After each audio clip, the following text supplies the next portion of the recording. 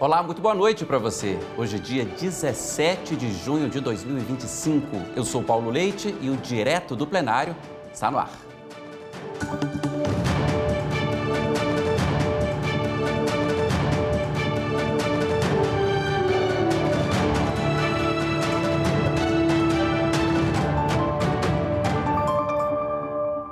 Você acompanha em instantes aqui com a gente os julgamentos dessa terça-feira no Tribunal Superior Eleitoral, sessão que tem 7 processos previstos e 2 assuntos principais: propaganda eleitoral antecipada e prestação de contas.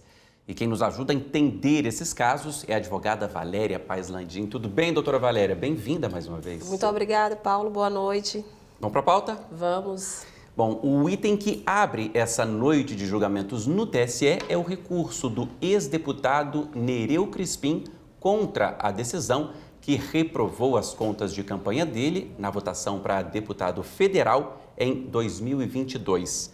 Nereu Crispim tentava a reeleição. Ele não conseguiu e ainda teve as contas desaprovadas. Eu tenho os detalhes aqui do julgamento para você acompanhar junto com a gente. Insatisfeito, ele recorreu mais uma vez. A gente está falando de um agravo e recurso especial eleitoral. E eu vou começar por aqui, doutora Valéria. Que fase é essa do processo em que a gente se encontra? É nesse momento quando existe uma insatisfação com a decisão que acaba de ser proferida em relação a determinada matéria, a parte ainda tem essa possibilidade de questionar, mas lembrando sempre que, de acordo com o Código de Processo Civil, não é possível reaver a discussão da matéria, porque essa matéria é própria de uma primeira instância. Então, é como se existisse ali uma tentativa, de alguma forma, de sanar algum tipo de lacuna existente entre a prolação da decisão e o julgamento. Bom, a gente está falando de um processo que teve contas de campanha desaprovadas. Tentou ali renovar um mandato para deputado federal em 2022, não conseguiu e teve as contas reprovadas. E isso gera consequências, não é isso? Inclusive a devolução de dinheiro para os cofres públicos, para o Tesouro Nacional, que foi uma definição já lá atrás da Justiça Eleitoral. É uma das consequências, não é isso? Exatamente. Esse é um dos casos que nós temos abordado em algumas situações aqui, exatamente para que fique muito claro de que a responsabilidade pelo dinheiro público, pela coisa pública, ela precisa ser observada. E sobre as prestações de conta, também eu tenho reforçado bastante a importância da atuação de um profissional da área contábil associado a um advogado, no sentido de fazer a revisão dos dados, dos documentos que chegam para o sistema de prestação de contas eleitorais, que é o SPCE. Então, no caso específico do deputado Nereu Crispim, no município de Porto Alegre, o processo revela que existem contratos que não apresentavam assinaturas e que havia discrepância, e em alguns casos, inclusive, ausência de notas fiscais. E em outras ocasiões, eu já evidenciei a importância de ter a associação e de existir um documento rígido que seja capaz de comprovar como esses gastos eles foram utilizados no correr da campanha. Agora, o que é importante, doutora Valéria, eu contratei uma pessoa, essa pessoa tem que estar registrada. Eu abasteci o carro que vai fazer a campanha, nota fiscal ali da gasolina. Eu comprei material de campanha, nota fiscal. É assim que funciona? É assim que funciona. E o maior cuidado que nós precisamos ter, não somente com os aspectos de notas fiscais, sempre é recomendável ter um recibo de pagamento, ter um contrato em que o número desse contrato seja condizente com as atividades discriminadas nas notas fiscais recebidas. Nisso você consegue mostrar a materialidade e rigidez dos documentos que são apresentados com base naquele gasto.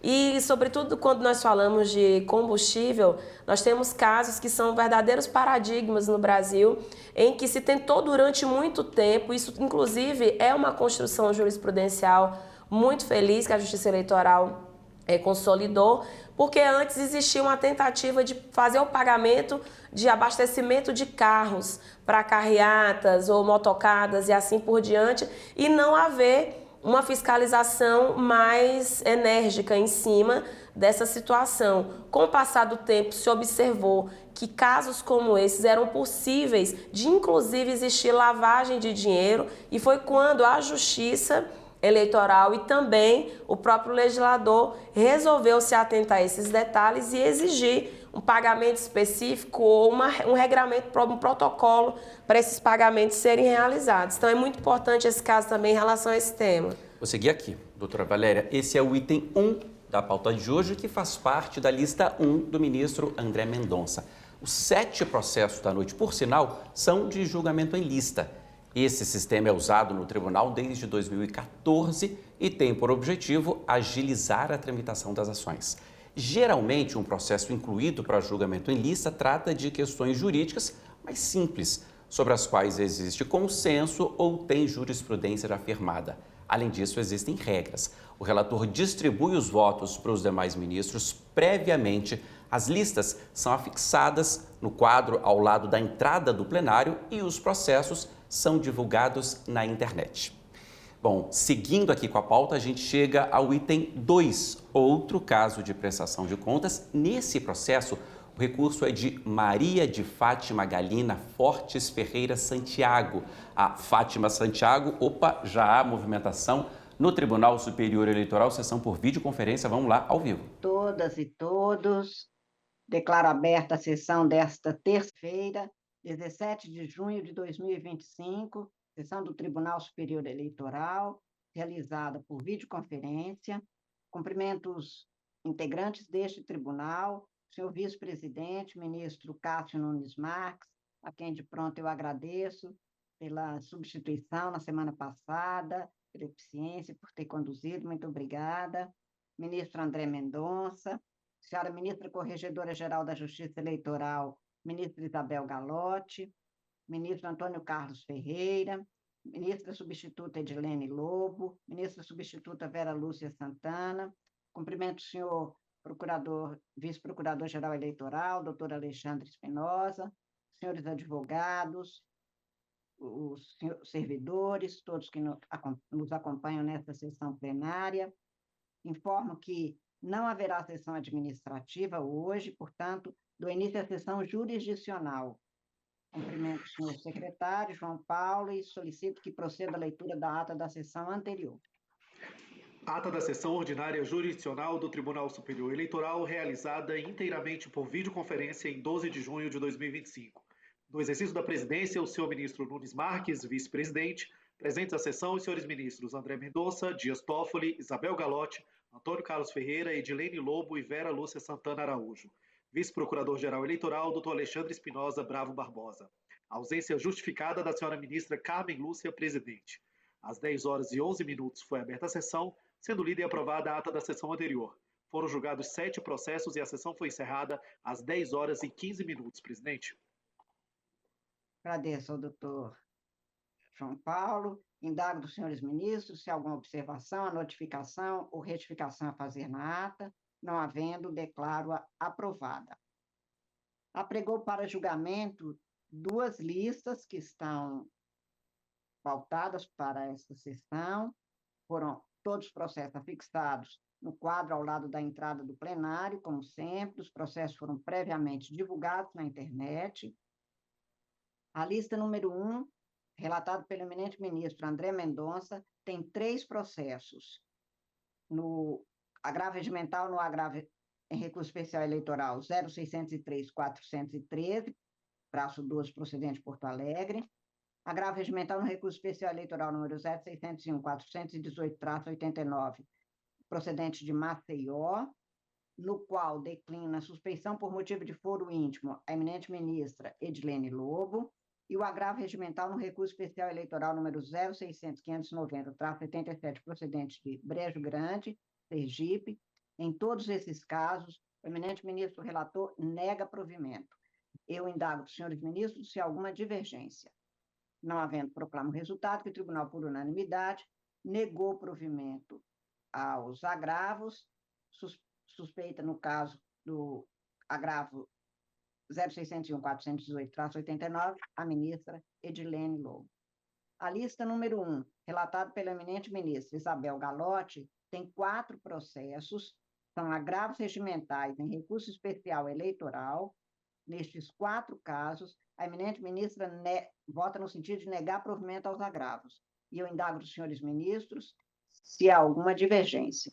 Não havendo, proclamo o resultado que o tribunal, por unanimidade, negou o provimento aos agravos nos termos do voto da relatora.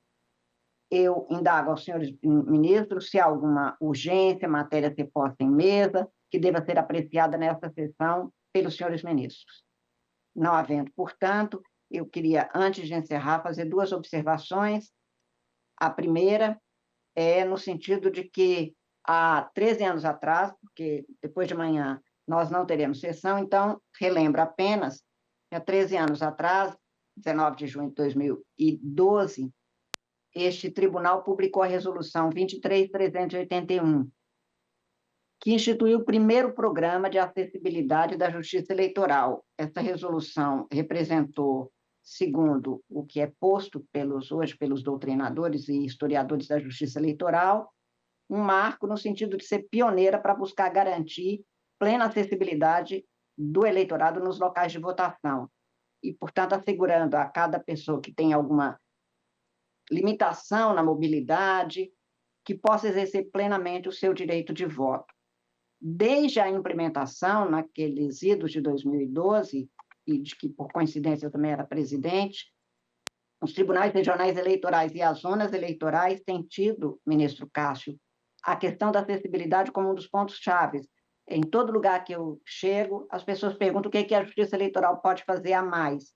Porque depois dessa resolução, as pessoas passaram a poder se afirmar como tendo uma ou outra dificuldade para evitar abster-se de votar, sabendo que a Justiça Eleitoral proporciona condições.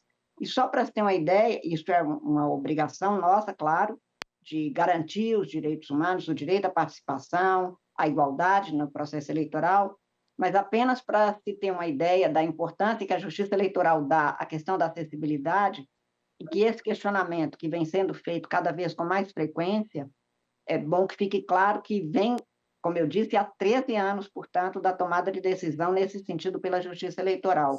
Nós tivemos, como sempre acontece, cada gestão que sucede à outra dá continuidade e melhoria e aperfeiçoamento ao que é feito no sentido de ampliar a possibilidade de participação do eleitorado. Então, nós tivemos, depois dessa resolução, que ainda está em vigor, a criação do portal do TSE e dos TREs na internet e na intranet, abastecido com todas as soluções possíveis, interpretação em libras, sintetização de voz, garantido acesso de todos os conteúdos a quem tivesse qualquer tipo de dificuldade. Em 2017, que tinha sido criado pelo Senado, a Rede de Acessibilidade, a então presidente, ministra Rosa Weber, aderiu ao acordo de cooperação técnica e passou a integrar a rede de acessibilidade com troca de informações para superar eventuais barreiras de quem tenha limites que a gente pode, de alguma forma, superar. Foi criada também aqui em 2018 a Comissão Permanente de Acessibilidade e Inclusão, acessibilidade também na urna eletrônica. A urna mudou para atender eventuais limitações das pessoas. Hoje nós temos um mecanismo de sintetização de voz, chamado Letícia, que proporciona uma voz clara e natural nas urnas eletrônicas. A primeira experiência com pessoas que tinham limitações visuais mais acentuadas aconteceu já nas eleições de 2024, que estamos ampliando para as eleições de 2026. Os mesários que tenham algum tipo de limitação, de deficiência, nas eleições de 2024 foram mesários com deficiência puderam participar do processo eleitoral e quase 6 mil mesários, portanto, um aumento significativo em relação ao início desse programa, pôde participar e, portanto, ajudar muito, colaborar muito com a Justiça Eleitoral. Nós promovemos os encontros de acessibilidade da Justiça Eleitoral, já foram 3 encontros, 2019, 2023 e 2024, para garantir o cumprimento da Agenda 2030 e os Objetivos de Desenvolvimento Sustentável, as ODS, da ONU, o que também, ministro Cássio, ficou sendo um modelo que o mundo hoje está copiando do que o Brasil tem feito para dar a implementação plena a esta ODS.